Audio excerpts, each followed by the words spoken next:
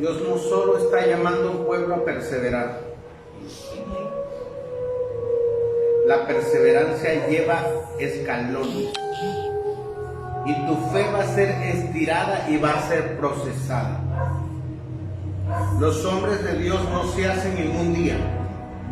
Los hombres de Dios son el resultado de procesos. No se llegará a ser hombres de Dios si no estamos dispuestos a pagar un precio. Y aunque el precio más grande lo ha pagado nuestro Señor Jesucristo, la iglesia debe también estar dispuesta a sacrificar su vida y su voluntad. Es por eso que Dios me dijo: hazme un altar. Dentro del tabernáculo, Rosy, aquí, déjame eso, por favor. Aquí, por favor. Dentro de la búsqueda del Señor, Dios dice: hazme un altar. Para que tu oración se concentre en un lugar específico. Dentro del tabernáculo habían 3 altares. Por eso es importante que la iglesia persevere. El primer altar era el altar de bronce. El altar de bronce estaba en el atrio y era compuesto o era hecho en su interior por madera de acacia y forrado con bronce. Lo que representaba la madera era la humanidad de Cristo, y el bronce representaba la firmeza y la pureza. En ese altar se colocaba el holocausto, el sacrificio. Así que el altar de bronce representa el lugar donde Cristo fue crucificado. Era el primer lugar donde las personas que querían entrar al tabernáculo, estoy hablando de los sacerdotes, se encontraban. Pero después de este altar, en el lugar santo, había otro, el altar del incienso. Ese altar del incienso, ya el sumo sacerdote llegaba. Y el incienso o el humo de este incienso era aromático y tenía que subir delante de la presencia de Dios. Si el humo o el incienso no subía, sino que se esparcía por abajo, significa que la oración o la adoración no fue aceptable. Así que debía estar preparado el sacerdote, y este altar estaba compuesto de madera de acacia y el exterior de oro, representando la madera en el interior como la humanidad de Cristo, y la parte exterior representar la gloria de Dios. Jesucristo representaba el altar del incienso y representaba que para poder llegar a Dios solo hay un intercesor. Cristo es nuestro intercesor. Es el único mediador. No hay otro mediador entre Dios y los hombres. Jesucristo, hombre. Pero había un tercer altar, y era en el arca. Dentro del arca, que era una caja de madera de acacia en el exterior, el interior, y luego forrada con oro la parte de abajo, representando la humanidad de Cristo y la divinidad de Cristo alrededor, porque era oro. Dentro de ella estaban las tablas de la ley, estaba el maná, que representaba a Cristo también, y la vara que reverdeció. Pero había una tapa, y esta tapa estaba compuesto de oro purísimo. No llevaba madera. Y de ese mismo bloque hicieron los querubines que usted ve al lado. Todo lo hicieron a martillo. De un solo bloque hicieron esta figura. En las esquinas del propiciatorio, que se le llamaba, se ponía la sangre del cordero para que el pueblo sea redimido. Y cuando la ofrenda era aceptada, la presencia de Dios descendía. Pero si la ofrenda no era aceptada, entonces la presencia de Dios no iba a descender, y lo único que conseguía era la muerte del sumo sacerdote. Pero si la ofrenda fuese aceptada, entonces la gloria de Dios descendía sobre los querubines que cubrían esa gloria, y la presencia de Dios bajaba sobre el tabernáculo, y todo el pueblo entendía que había sido perdonado por un año. Así que lo que estoy diciendo es que el altar es importante. ¿Qué importancia tiene el altar? Donde en un lugar se hace un altar, es un lugar de adoración y de sacrificio. Se tiene que buscar específicamente un lugar determinado. Es un lugar de adoración, un lugar de sacrificio. Número 2, en un altar se lleva a cabo una comunión con Dios. No puede hacerse en cualquier lado. Hay gente que dice, yo voy a hacer oración donde quiera. No, te estás equivocando. Se tiene que buscar un altar. Todos tenemos altares personales, altares familiares y altares congregacionales o altares de la ciudad. Lo que estamos viendo en esta fecha, cuando alguien hace un altar para muerto, está haciendo un altar familiar a la muerte. Los cristianos y los hombres de Dios en este tiempo no se quieren reunir. No se quieren reunir como familia a orar. Y tú y yo estamos viendo que el mundo está utilizando el principio del altar, pero para dedicárselo a Satanás, cuando este es un principio de Dios. Tú y tu familia, por eso Josué dice, yo y mi casa serviremos al Señor. Reunido en tu casa, como sacerdote, como mujer de Dios, debemos reunirnos para adorar al Señor. Nuestra mesa de los alimentos no es un lugar para discutir, es un lugar para darle gloria al Señor, bendecir al Señor y traer esa presencia. Por eso nuestra mesa es una mesa de pan, de bendición, de alimento, no solo físico, sino también espiritual. Un altar es un lugar de pactos y acuerdos.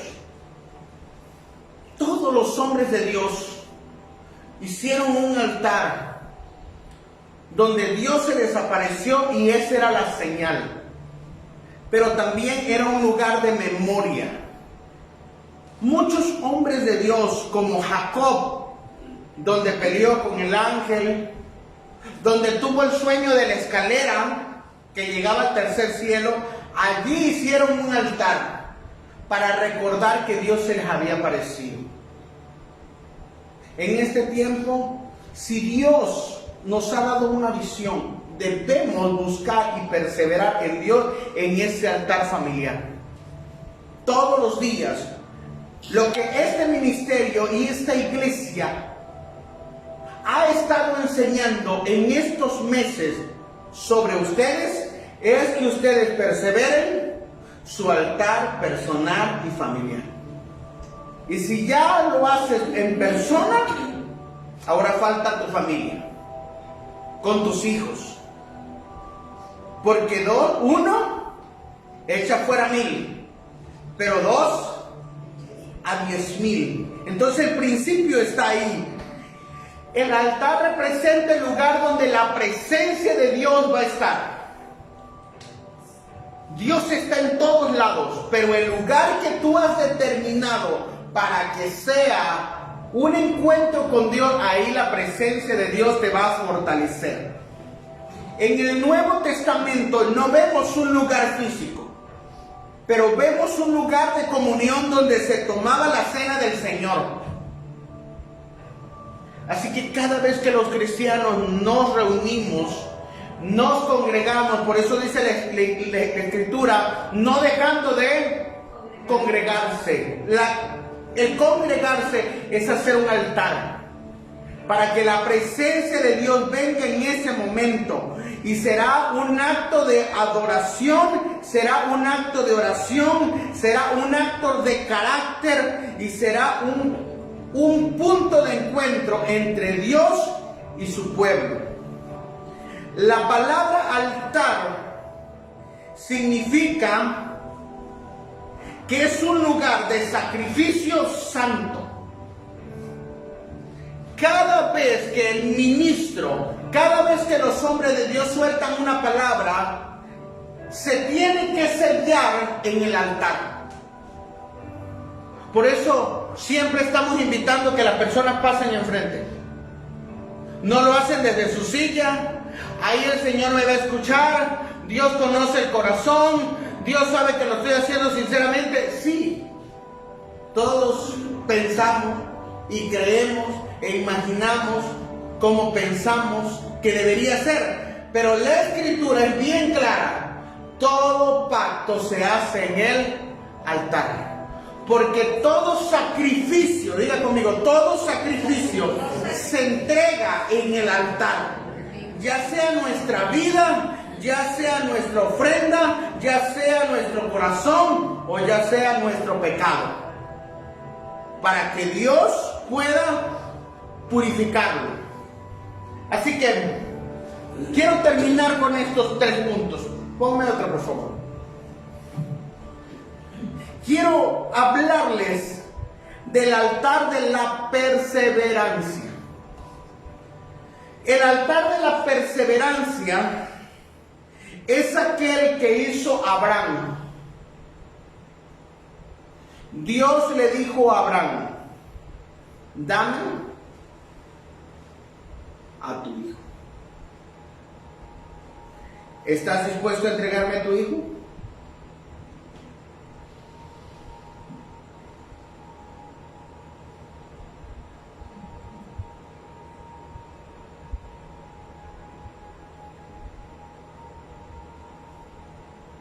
¿Estás dispuesto a entregarme tus sueños?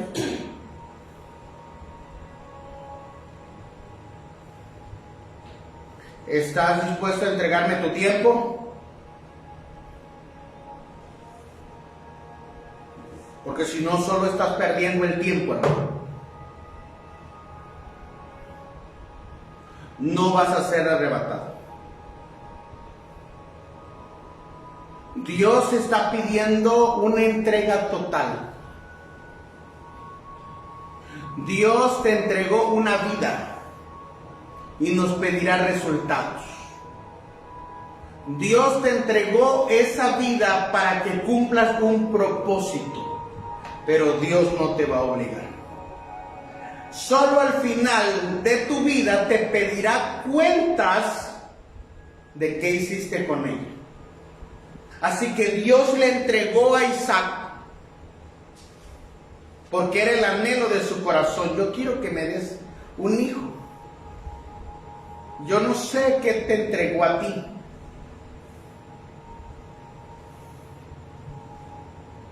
pero es muy probable que después te lo vuelva a pedir. ¿Estás dispuesto a darse? ¿Fue algo que Él mismo te entregó? Tu economía, tu tiempo, tus hijos, tu familia, algo que anhelas. Y esta vez no será dinero. Todas aquellas personas que estén dispuestas a entregar a su Isaac podrán pasar al siguiente nivel. Adelante, hermano.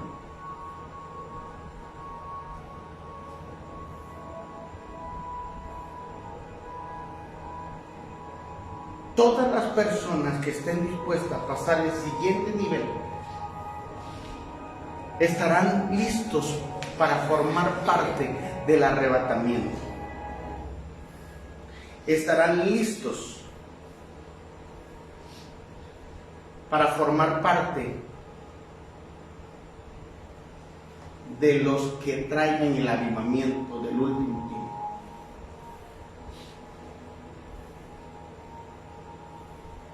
Dios está pidiendo tu Isaac y debe ser sacrificado en el altar. Tú mismo lo tienes que entregar. Probablemente tengas que subir la montaña y tú mismo lo tengas que entregar, tu sueño. Pero también hay un altar memorial, un altar que forma parte del ejemplo. David oraba 7 veces al día. Y hoy podemos ver que David era una persona que perseveró en un altar. Por eso pudo matar a los Goliat. Por eso pudo matar a los otros 4 gigantes. Pero también vemos a Daniel. Pastor, yo quiero perseverar. Daniel oraba 3 veces al día. Por eso no fue derrotado en el foso de los leones. Dios está llamando a que tú y yo seamos ejemplos de altar. Y finalmente, el altar del Jordán. ¿Sabe que cuando el pueblo de Israel pasó el Jordán, dentro del Jordán, en medio del Jordán, cuando se abrió el Jordán, pusieron piedras? ¿Quién podría ver esas piedras? Pero resulta que Elías, cuando iba a entregarle la unción a Eliseo, tuvo que abrir el Jordán. Y ahí estaba el altar. Y Jesucristo, cuando fue bautizado en el Jordán. Y ahí estaba el altar. Hermanos, ese altar que fue construido cuando el pueblo de Dios pasó a la tierra prometida, les recordaba que el Dios que los hizo cruzar a la tierra prometida estaría con él todos los días hasta el fin del mundo. El altar es un lugar donde tú no lo puedes dejar. Es un lugar donde va a caer el fuego de Dios, pero se necesita ser obediente. Elías se tuvo que enfrentar a todo el pueblo. Si tú no estás dispuesto a enfrentarte a las personas por causa de los principios de la palabra de Dios, no va a funcionar. Se necesita tener la valentía para poder decir: yo voy a ser diferente. Elías arregló el altar. No solo el pueblo, no solo el rey, no solo los profetas. Él arregló el altar. Y puso 12 piedras recordando a los 12 patriarcas. E hizo una zanja alrededor del altar. Regó agua que no había, pues no había llovido en 3 años y medio. Y Elías hizo esta oración: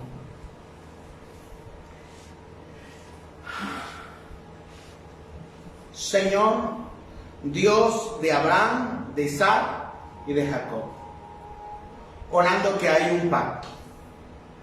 Te pido que muestres tu poder y que reveles al pueblo que tú eres Dios. En el altar, solo en el altar, las personas conocen a Dios. Las personas no conocerán a Dios sentados en una silla, esperando que la gente ore por ellos. Una oración a distancia. No, Dios quiere una comunión de cerca. Y esa comunión de cerca es una transformación del corazón en el altar. Ahí es donde vamos a ver el fuego de Dios. Dios hace mucho tiempo que quiere traer el milagro sobre tu vida. Pero se necesitaba dos cosas. Se necesitaba perseverancia y se necesita oración. Por eso los dos puntos fueron importantes hoy. Perseverancia con oración. ¿Dónde? En el altar. Es ahí donde descenderá el fuego de Dios. Es ahí donde desciende el fuego de Dios. No importa quién esté en tu contra. Si tú te has determinado a buscar a Dios, Dios transformará tu corazón y te dará la fuerza, te dará la valentía. Por eso el Señor dice: no temas, yo estoy contigo. Y si Dios está contigo, nadie te podrá hacer frente. Lo que estás pasando solo forma parte del proceso de lo que Dios te ha estado preparando para el último tiempo. El fuego de Dios, que es el avivamiento que caerá sobre esta región, solo caerá sobre aquellas personas que han estado perseverando, que han sido obedientes a la voluntad de Dios y que se han enfrentado al mundo demostrando que son verdaderamente cristianos. El fuego de Dios está listo para caer. Y en esta noche Dios está llamando a un remanente a estar en el altar. ¿Estás listo? Dios te está llamando. Dios no quiere medias tintas. Dios no quiere que estés con un pie en el mundo y un pie en la iglesia. Dios no quiere que le obedezcas a medias. Dios quiere que tu oración sea un ejemplo. Dios quiere que tu descendencia te pueda tomar como referencia a ti de ser un hombre de Dios, de ser hombres y mujeres de Dios de altar, no de queja.